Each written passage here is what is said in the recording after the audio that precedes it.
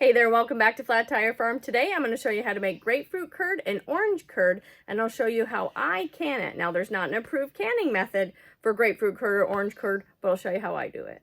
Now I bought a case of organic grapefruit from Azure Standard and I have just 2 left. So that's what we're going to start with. The first thing we got to do is zest grapefruit enough to get half a cup of zest. Now, if you've watched any of my other videos that we need to use a zester, you'll know I have a love-hate relationship with this thing. We're going to group. We're working on it. The best way that I've found not to lose finger parts is to keep the zester down on the counter and then I move the grapefruit over it or whatever I'm zesting. Do it this way. And then I can pull. And grapefruit's nice. It has a soft peel. Limes, not so much. Anyways, I'll get this zested. I'll see you back in a sec. Okay, I got about as much zest as these 2 grapefruits are going to give me. It's almost half a cup. It's close enough for me. Now we got to get the juice out of here. We need 1 cup of grapefruit juice.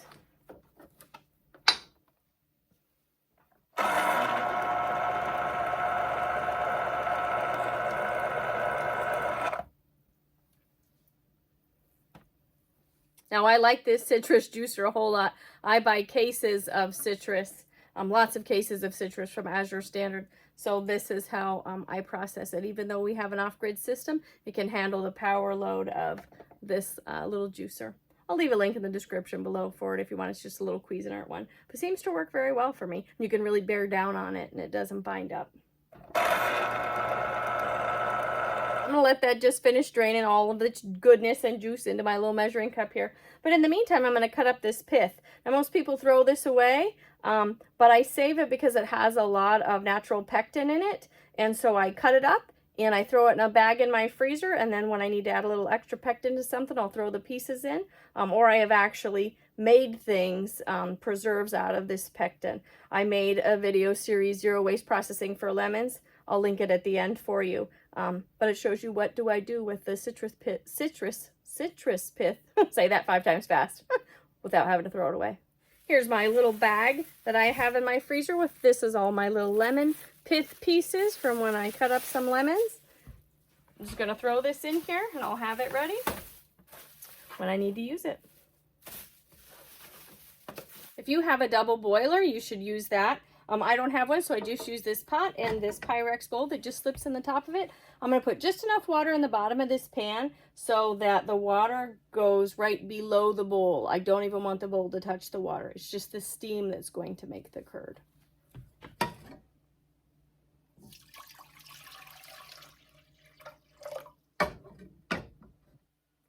Yep, that's good. Now I'm not going to turn this on yet because I don't want it to start heating until I have all my ingredients in the bowl. Okay, so there's our 1 cup of grapefruit juice and our half a cup of zest. Okay, there's one thing that I need to add to this bowl before I add any of the other ingredients because I want to change the acidity level of this so that I can water bath can it. Now, this is not an approved method. This is just the crystal version of what I'm doing for my house. So please keep that in mind.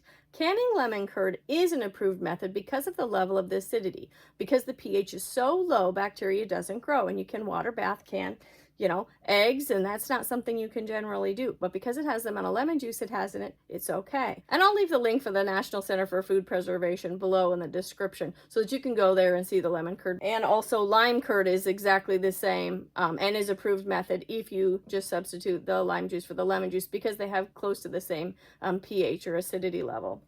So, okay, all that said, I'm going to add a teaspoon of citric acid and that will bring this grapefruit to the level of acidity that I need to make it safe for me, for my house to water bath can.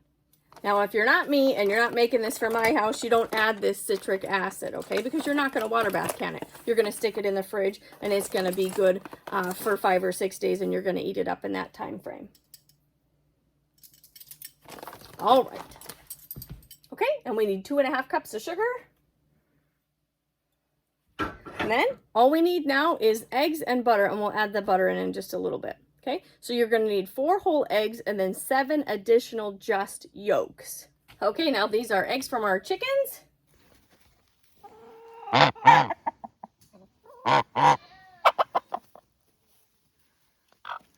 have, I don't know, just a yard mix of chickens. 1,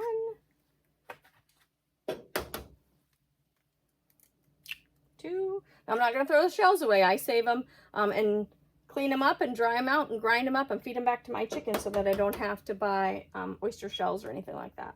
Okay, we got all of our yolks in there.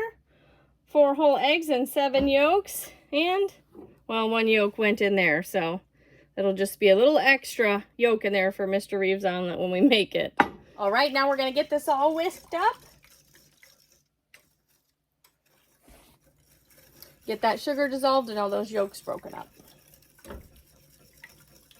Smells good, that's for sure. At this point, we can turn the heat on. We just kind of want to turn it on medium-low. Not any higher than that. We just want to heat the water to the point that it steams and not boils. Okay, now that that's incorporated, we're just going to slowly let this warm up. I'm going to take a half a stick of butter, chop it up, throw it in there. All right. I don't need to stir this constantly. I just need to be real close to it in the kitchen and every minute or so give it a stir. Because remember, this is mostly eggs and you don't want the eggs that are touching the bowl to get super hot before everything else, because they'll turn to scrambled eggs and that'll be yucky. So far, I don't know, I've made this a bunch of times now and I've never had scrambled eggs. So if you have scrambled eggs, you heated it up too hot or you didn't stir it enough. Okay, and it's still cold eggs right now. It's still cold water. So I'm gonna let it sit. And basically we're gonna slowly heat this and let the steam from the water heat the bowl until this egg mixture gets to 170 degrees. Okay, so I'll see you back in a little bit. It's gonna take a half an hour actually to heat this up and keep stirring to get to 170 degrees, okay? It'll be just a second for you though. Okay, while we're waiting for this grapefruit curd to warm up, I'll get everything ready for the orange one. It's almost exactly the same except you're using oranges.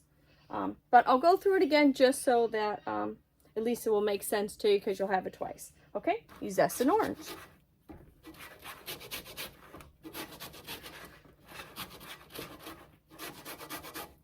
So you have half a cup, okay? Okay, we got our oranges zested. We got a half a cup, took us about 3 oranges. Now that this butter is starting to melt, I know that this is starting to get warm. And so I turned it down to low and we'll just keep checking it. I really make sure that I get the stuff around the edges really good because that's where you're going to end up with the egg stuff, which I don't want any of that. Neither do you. So make sure you stir around the edges. All right. So now next, juice the oranges till you get a cup of juice. Oh, plug in the juicer. Forgot that part. Might work now.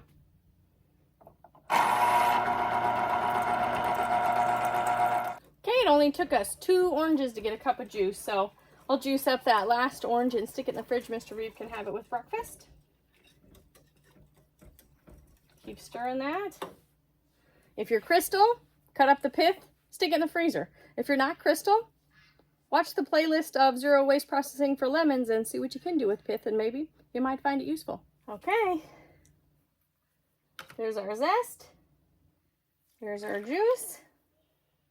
If you're Crystal, a teaspoon of citric acid. If you're not Crystal, do your own research.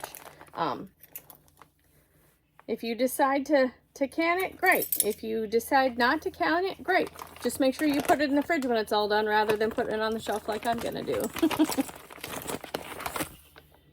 1 teaspoon, if you're Crystal. All right, 2½ cups of sugar.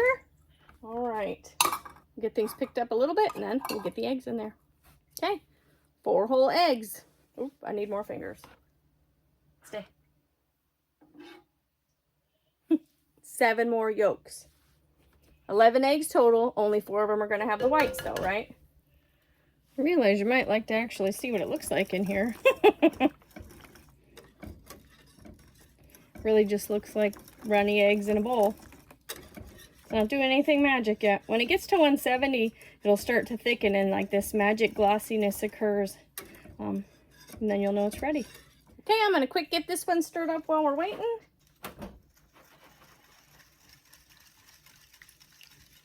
We'll add our stick of butter in this one, like I said. before when it's all incorporated and I throw it in the pan. All right, now this one's just gonna chill out for a little bit now that I got it all incorporated. It won't be very long before it's gonna go in the pot. Just a couple minutes actually. Okay, back to this guy. Okay. We're getting close on this. I've done this enough times I don't need to check his temperature, but I'll check his temperature for you in just a second just so you can see.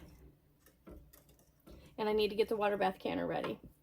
Actually, I'm just going to cheat and use a pot because it's going to be way easier than getting my water bath canner out right now. Okay, I filled this pot up so that there'll be about 1 inch or 2 of water over the jars when I stick them in there. I like to put rings at the bottom as my spacer, just so I have a fun way to use my rings. Okay, I'll show you. I got my rings in there. We're going to get this cracking. We're going to give this another stir. Lots of things at once, right, ladies? Always. All right. Ooh, it's starting to turn. Let me grab the thermometer. I'll take his temperature real quick for you. All right, we're at 160. I thought we were close. When you get to 170, it gets to be the consistency of, you know, if you make instant pudding, it's like that thickness, but you know it's going to get thicker in the fridge.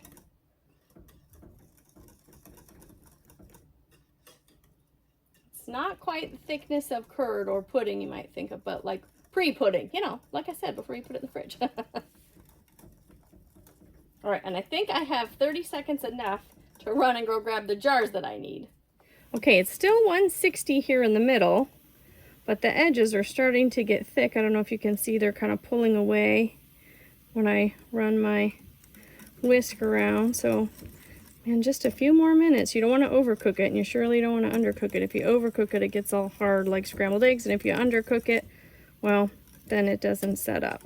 So we'll keep trucking a little bit longer. Okay, we're at 170. Now, not only did I turn the heat off, but I took this bowl out of its pot. I want it to cool for 5 minutes while I whisk it, and then at that point, it's ready to go in the fridge. Or if you're me, you're going to put it in a 1/2 pint jar with a 1/2 inch of headspace, and you're going to water bath it for 15 minutes. I forgot that the 1/2 pint jars don't fit so good with just the rings on the bottom. They tip over, so don't do that unless you're doing pint jars or quart jars. So the towel's got to go on the bottom. Okay, now while that grapefruit curd is water bathing, we're going to start our next batch. It looks just the same. Since these dishes are already dirty with curd, I'm just going to cheat and reuse them.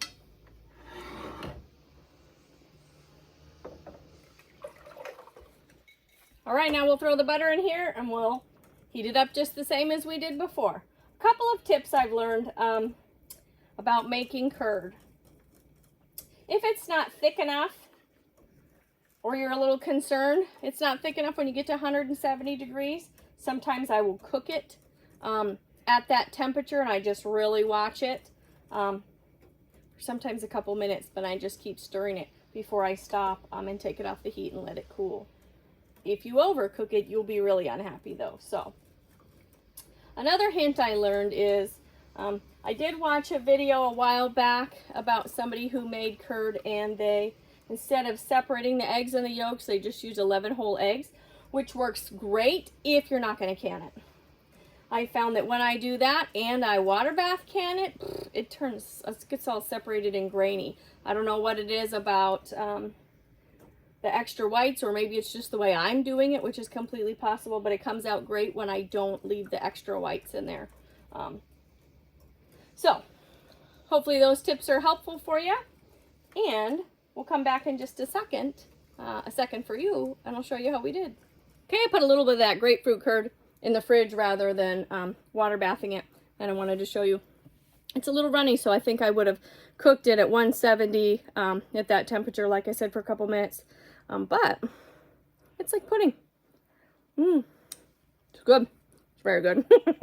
Okay, I found the problem with the first batch we did. That seemed a little too runny for me. My thermometer was about 5 degrees off. So let me show you how I do it without a thermometer.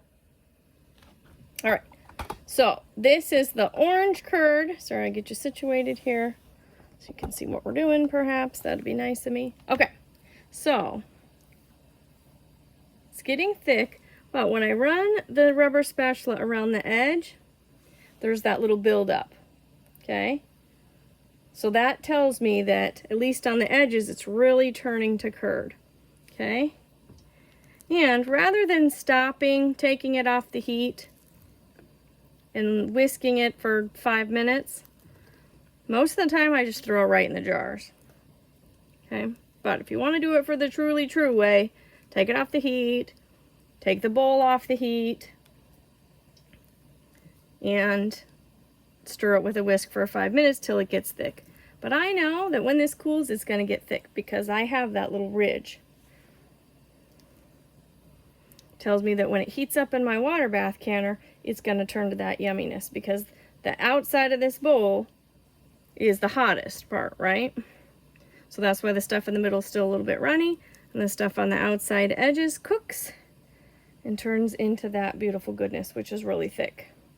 So at this point, I'm going to fill up my jars.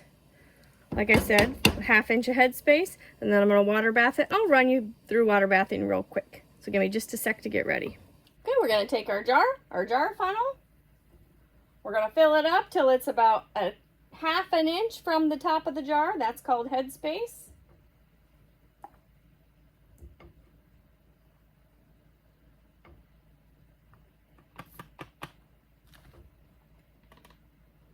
Try really hard not to get anything on the rim of the jar.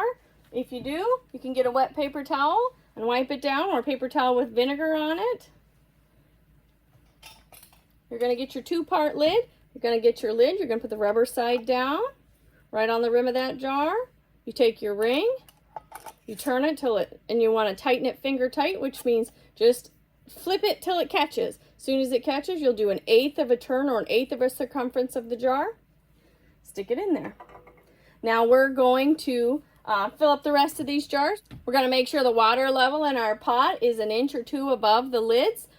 When we get all the jars in there, we'll turn the heat up. We'll get it to boil. When it starts boiling, we'll set the timer for 15 minutes. When the timer beeps, we'll turn it off and just let it cool. Take it out of the water after it cools a little bit, and it'll be shelf stable. Now keep in mind, like I said probably 100 times now, this is not nationally food preservation approved method for canning.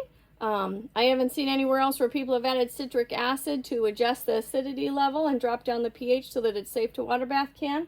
I don't suggest you do that. I do suggest that you do your own research and that you also do what you're comfortable with in your kitchen, just as I do what I'm comfortable with in my kitchen. Now I'm going to get these water baths and finished up. When all these are done and cooled, probably tomorrow for me, but just a second for you, we'll bring in our famous taste tester and see how we did. He's not biased at all, I promise. Okay, Mr. Reaver, are you ready for taste testing? Yeah. All right. This is a grapefruit curd. Will you take a big spoon of it so we can see if it's set? Oh, yeah, look at that. That's beautiful. Don't put the spoon back in there. That's good. Yeah? Yeah. Okay. How many thumbs up? If you had more thumbs, would you give me more than 2? Yeah, all I got is 2. Okay. Okay, here's the orange one. Okay. New spoon even. Look at that. Oh, wow. Yeah, fancy. Fancy stuff. All right. Ooh, look at that. Which one you like better? I don't know. You can't taste them again. You already licked both spoons. I don't know. I can pick one. Yeah? Yeah. All right, apparently they're both real good. As always, thanks for joining us on Flat Tire Farm. I'll leave the recipes in the description below. I'll also leave the link for the National Center for Food Preservation and links to some of the items that we used today if you're interested in it. We always appreciate your support, and stay tuned for more videos.